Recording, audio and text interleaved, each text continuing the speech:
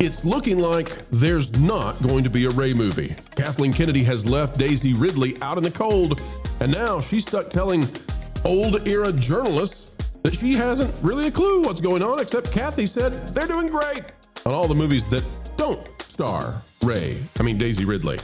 They will tell you just how badly they've treated her, but why maybe she walked away with millions anyway.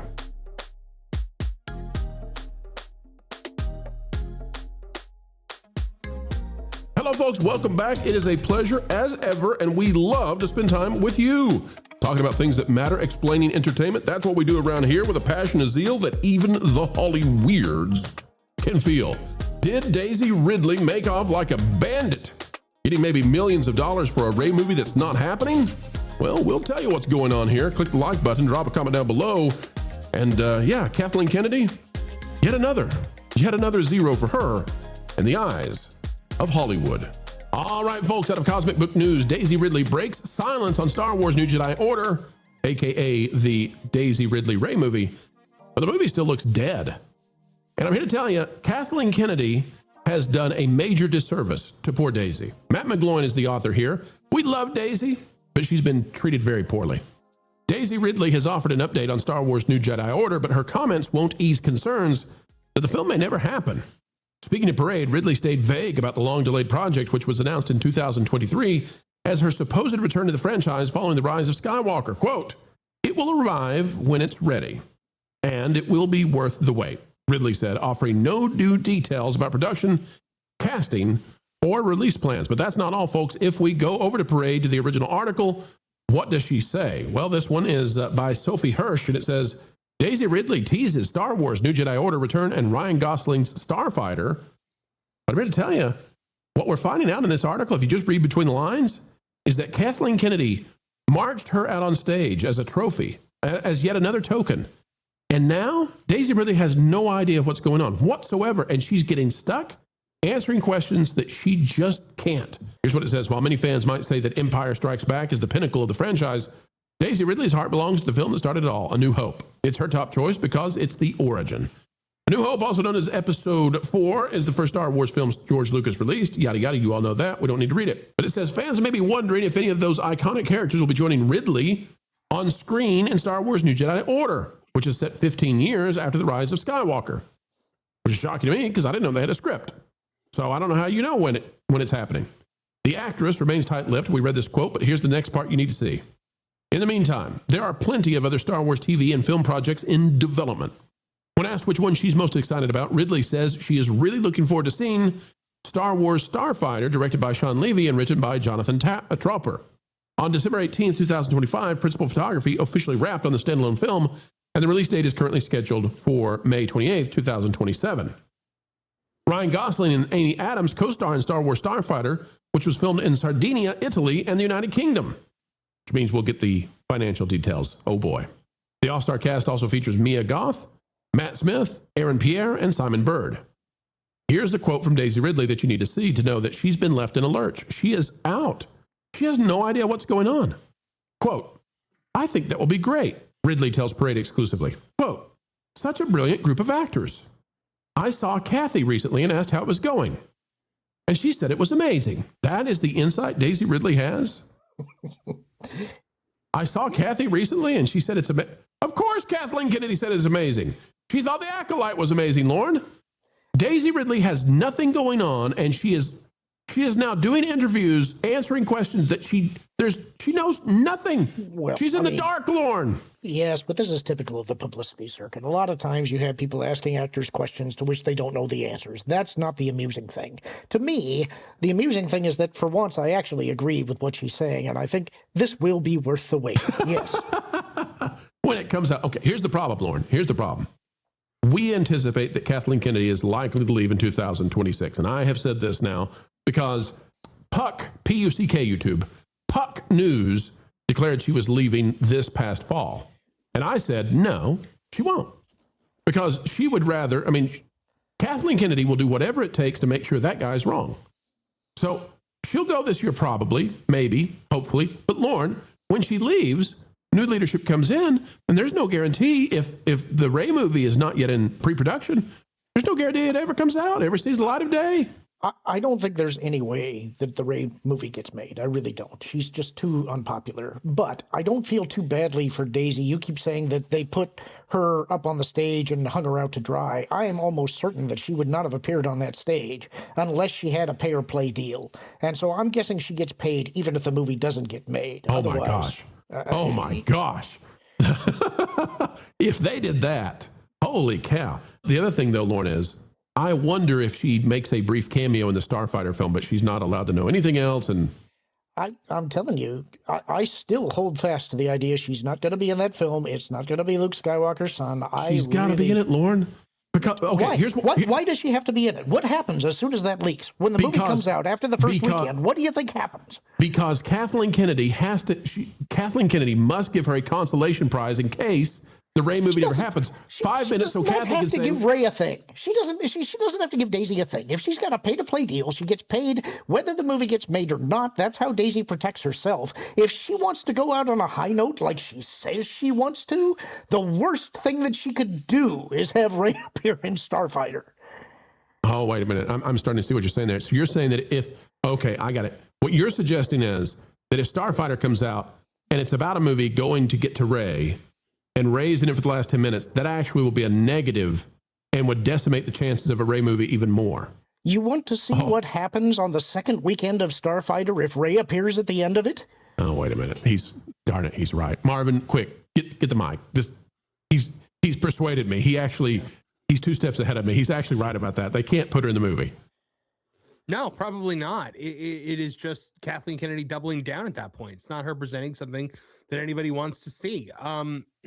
At this point, I don't know what is more likely, the Rey movie or the Hunt for Ben Solo. I don't think either of them are ever going to see the light of day. I honestly, I think at this point, the Hunt for Ben Solo has more of a chance of getting made than this Rey movie does. They should just start bringing out former script. They should bring out Rose Tico, right? I forget the actress's name. They should bring out Rose Tico at the next celebration and just be like, hey, she's getting a movie. Look, the Hunt for Ben Solo, that was Steven Soderbergh who wrote that script, right? Yeah. So they actually have a script, and they've actually got a talented scriptwriter behind it. So you're absolutely right. The Hunt for Ben Solo's got a way better chance than Rey. People still actually kind of like Adam Driver. He's the one that came out and said... They like Daisy Ridley. I didn't kill Han Solo. Wokeness killed Han Solo. And he was right. He actually insulated himself a little bit with that comment. Daisy. Okay, so people like Daisy. They like her. We like Daisy. But she's probably not getting a movie. They don't like Rey, though. That's the thing. Yeah. Well, that's a narrative choice that they made with Rian Johnson and JJ and KK and Kiri Hart. They destroyed that character. It had some promise in the first film. They destroyed it. But that's a story for another day, right? Hey, Ron, Lawrence beat me on this one. I mean, flat out, he just beat me. I can't disagree with him. If they put Rey in this film, and that actually makes this story even worse, right? Because that really means she is completely, totally out in the dark. She's just, yeah, we'll call you one day. I feel like, how is Daisy running into Kathleen Kennedy? It feels like a desperate email that happens, once every 6 months. Hey, am I still getting a movie? Oh yeah, Starfighter's going to great. We'll call you. Don't call us. Thank you. Bye-bye. I'm looking forward to the next update that says the script for the Rey movie set 30 years after the event. So and then it moves on. And then they're like, oh, we've released a working title. It's called Driving Miss Daisy. That part, it's finally she gets her movie, but she's the same age that Leia was between films. I don't like Daisy Ridley. I don't have any issues with. She's nice, yeah. But the Rey character never experienced any growth, never experienced anything worth watching. How could she? She had everything to start with. Exactly. It was boring to watch. Nobody wants to see that. And you can do great things with a female character. In Gina Carano's character, we see her, she's catching up, like we're catching up with her character at a moment of her life when she has done a lot of things. I would love to see the backstory of Cara Dune explored. And even the character of Cara Dune, I know it really shouldn't be done without Gina, but if it was a younger Cara Dune, that would be a very interesting character to explore. Okay, let's play with that idea for a minute. Let's play with that idea. Lauren, tell me the difference between if Starfighter has Daisy Ridley at the very end, okay? She's who they're taking the MacGuffin to. If Daisy Ridley is at the end versus Disney has suddenly seen the light secretly, and we have no idea that this has happened, but when we get to the Mandalorian movie, the very end features Gina Carano. What's the difference there in those two films and how that's received? Well, I don't think it happens because at the time that we see Gina Carano in The Mandalorian, it's 5 years post Return of the Jedi. You know, Starfighter is taking place over 30 years later, so you'd have to age Gina up quite a bit, and I don't think that's where we want to see her. I do think that if what Sean Levy is saying about Starfighter is true, and that they don't have any of the original characters, it's a truly original story, and possibly in a brand new area of the galaxy where it doesn't touch anything. It's a truly standalone story. Maybe the movie has a chance. You know, we talked about this a little bit on Marvin's show, I think, last week or sometime around there. And if they were doing a truly original concept, but has the Star Wars vibe, so it has, you know, lightsabers, starfighters, all the things you expect out of Star Wars, but not any of the baggage that comes with it, and they tell a competent story. That's the smartest thing that they could do. I think the time frame is wrong, and I think if it touches on the sequels, it's wrong. It needs to leave everything behind and just be its own thing. But if they can do that, maybe they can make something out of this. I don't think they have the discipline to do that. You don't think Mando has a chance? I am less hung up on the idea of, I know you guys were making fun earlier today about Stinky. You know, I think that's a little bit of a misdirect. I think that's going to be a plot point and a story element. That's one of the goofier parts of the Clone Wars. I think if they do Rod of the Hutt and the gladiatorial ring, that may not be bad. I think they're playing coy with what the movie is actually going to be about. If they make it into something that is a fun adventure romp, maybe it's got a chance. And one of the things that I heard, I don't remember where I heard it. I don't know if it was on one of our channels or somewhere else, but I remember hearing somebody say that they were surprised. I think it was at Cart's Ladder, where he was at I think it was Avatar Fire and Ash, and they were showing all of the previews, and he said the previews came on for Avengers Doomsday. Nothing. But The Mandalorian and Grogu came on, and he said he was shocked. The audience reacted. They were excited about seeing Baby Grogu, you know, about seeing these characters again. So for the less diehard audience, maybe they're still into it. Maybe they're not as turned off by what happened in season 3 as we were, because they don't know how they screwed that up. They don't understand how they screwed that up. They weren't watching Disney Plus. Well, what I'm saying is that we're upset with it because of what it did with the lore, how it broke the lore, and how there was a focal shift from the main characters to other characters that we weren't there for. If they refocus on the Mandalorian and Grogu, and if they tell a competent story, maybe there's a chance. I think it's more likely that it's just going to be an extended TV episode, but I would be thrilled and excited if they do pull something off with it. And if I'm right, if I'm right about the fact that I think the Rada stuff is a misdirect and that there's a plot point that we don't know about that is a surprise, maybe they've got something planned with Thrawn, but I don't trust them to do that right. I think they've got something planned with Luke, and I think once it gets out that Luke is in this, people are going to go to see it. It all depends on what they do. They screwed up so badly by reuniting Grogu with the Mando again. They needed to have that arc. They needed to have Grogu with Luke. And Mando needed to be alone for a while doing his bounty hunter thing. That's really what I want to see. One of the things that makes me nervous about The Mandalorian and Grogu is I don't want to see the Mandalorian as an agent of the New Republic. I want him being a bounty hunter doing his Western adventure of the week. That was the appeal of the show to me. And when they shifted it and made it more about him being involved with the New Republic, especially the incompetent New Republic they were showing us, most of the interest went away. And speaking of interest going away. Well, one other thing that I think is going to hurt it is we're going to greatly miss Carl Weathers. Not Yes. having Grief Karga, I think, is going to hurt. Yes.